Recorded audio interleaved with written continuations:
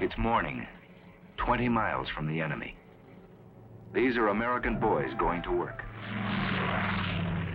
The morning fighter patrol. They're flying over Italy, and there are others like them flying over Burma, over the coast of Holland, over China, and over Germany. In search of the enemy.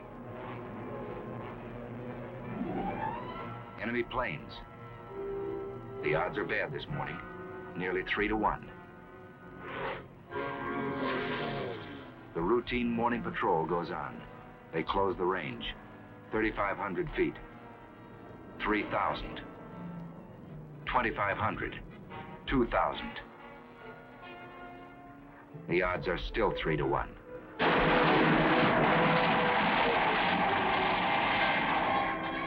But it's 3 Nazis spinning down in blood and flame to every one of ours.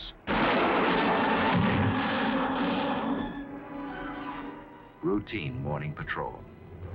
They're good planes, wonderful planes. And their pilots are good too. Listen. Yesterday I fulfilled one of my ambitions as a combat pilot. I got 1 airplane and... An American far from home, fighting a war around the world. Listen again. This was my leader, and the second ship was me, and 2 Focke-Wulfs came on my right. I turned right and put up a stone wall of bullets, and the first... A wall of bullets. It wasn't so long ago these men were students in a university, workmen in a shipyard, just plain citizens from everywhere USA. They changed jobs, they changed clothes. They took a train into the future. They didn't know what the future would be, but many hoped they'd get the chance to fly and fight in the air. Some wanted that chance more than anything in the world. Deep inside Alabama is a famous school called the Tuskegee Institute. It was founded on July 4th of 1881. And since that Independence Day, it has graduated many thousands into agriculture, into science, into industry. This school was the first of its kind, and its founder, Booker T. Washington, was a pioneer who broke open a road for others to follow. This man had a dream, and the dream became stone. He lifted the veil of ignorance from his people and pointed the way to progress through education and industry. Close to this school, close to the work this man had done, the United States government determined to build an airfield. 3 years ago, this was just another farm in Alabama. More than trees had to be cleared away. There was misunderstanding and distrust and prejudice to be cleared away. 3 years ago, there was only an idea. But ideas are powerful things. And today, there are fighter planes flying overhead. Instead of swamp and yellow pine, there are hangars, repair shops, barracks. Instead of patches of corn, concrete flight strips. But that's not enough. You can't make a fighter squadron out of concrete and aluminum and a can of paint. It takes men. A chemistry student, a welder, a shoe salesman must learn how to fly. A group of average Americans must become a team of fighting men with wings.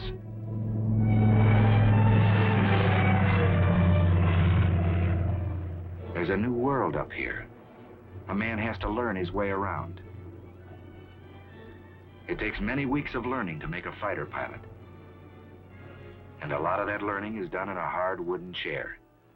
Because a fighter pilot is a combination of a mathematician and an athlete, a scientist and a sharpshooter. He's got to know what goes on inside his plane. The heart of his fighter is steel and copper. Its bloodstream is gas and oil. But its brain is the man who flies it. He begins in a safe, slow plane, 2 wings instead of 1. But he flies many hours inside a closed room. In the morning, he may be flying a prescribed course over a sheet of paper. In the afternoon, he may fly the same course above the clouds. He trains his muscles down here very close to the ground, but he'll use the same sense of balance and coordination in the skies above Tuskegee. For this job of flying is never easy, and sometimes it's very, very tough. But he's learning how high and how fast and how far he must go to reach the enemy. Pilotage, dead reckoning, theory of flight, radio code.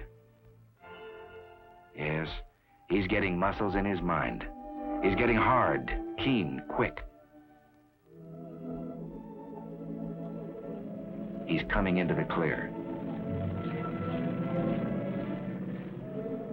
Here above the warm, familiar hills of Alabama, these Americans are learning to fly in those tight combat formations they'll use someday to hunt down the German and Jap above his own cities.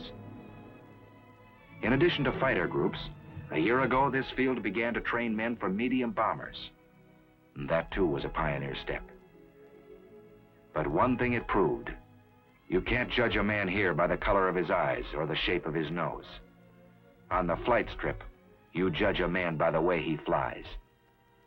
Here's the answer to Adolf and Hirohito. Here's the answer to the propaganda of the Japs and Nazis. Here's the answer: wings for this man. Here's the answer: wings for these Americans. Squadron after squadron out of Tuskegee, flying P-40s first, tough little planes, then striking with Thunderbolts, P-47s, then riding the Mustangs, P-51s. No, it was never easy for these men. They were pioneers, and no pioneer has it easy. They fought lies, they fought heartbreak, and they won. Now they fight the enemy on his own soil.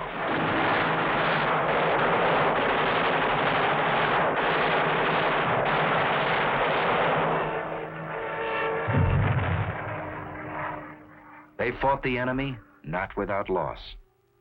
Out of the first class to graduate almost 3 years ago, only a handful are left alive, so that liberty might not perish from the earth. 3 years have passed since the founding of Tuskegee Airfield. 750 pilots have been trained. 50% of them have been in combat. And this is only a beginning.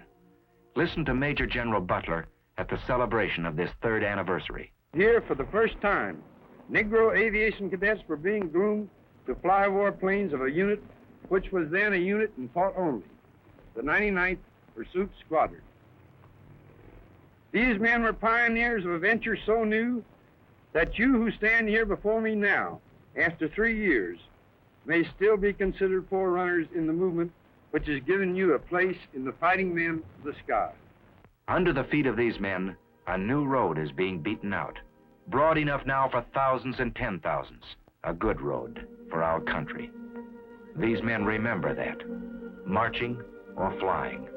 They remember backing them up, their families, their friends, who expect so much of them. And backing them up, the men and women of every creed and speech and color who made these planes. And backing them up, the most powerful force in the world, the strength of the American people.